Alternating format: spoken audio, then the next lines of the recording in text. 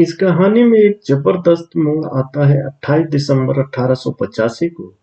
बॉम्बे के ग्वालियर टैंक के गोकुलदास तेजपाल संस्कृत कॉलेज में भारत के 72 प्रतिनिधियों ने मिलकर कांग्रेस को जन्म दिया।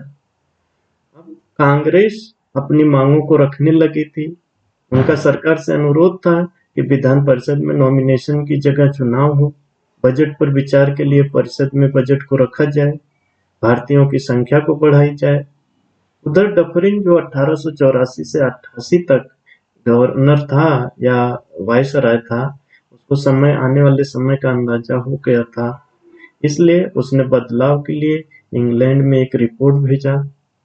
अगर मूल प्रावधानों की बात करें तो मूल रूप से विधायी परिषद की संरचना कार्य शक्ति में बदलाव किए गए थे। अगर केंद्रीय विधान परिषद में बदलाव की बात करें तो गैर सरकारी सदस्यों की संख्या कुल संख्या के 2/5 हो सकती थी। अब कुल सदस्य इसमें 24 हो गए थे। पहली बार चुनाव का सिद्धांत आया, लेकिन चुनाव शब्द का प्रयोग नहीं किया गया था। चुने लोगों को स्वीकार और अस्वीकार करना सरकार के हाथ में था।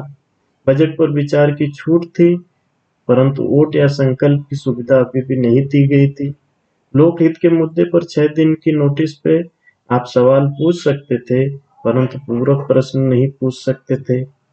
उधर प्रांतीय विधान परिषद में बदलाव की बात करें तो वहां भी अतिरिक्त सदस्यों को बढ़ाया गया। जैसे बंगाल में अधिकतम 20 हो सकते थे, मद्रास में भी अधिकतम 20 हो सकते थे, बॉम्बे में भी अधिकतम 20 हो सकते थे, और इनमें से 7 को निर्वाचित किया जाता था। और उत्तरी पश्चिमी प्रांत की बात करें तो उसमें अधिकतम 15 हो सकते थे, और यहाँ भी 6 दिनों की नोटिस पर प्रश्न पूछा जा सकता था। और इन अतिरिक्त सदस्यों को नियुक्त करने की शक्ति प्रांतीय विधान परिषद के लिए गवर्नर के पास थी और केंद्रीय विधान परिषद के लिए वायसराय के पास थी। धन्यवाद।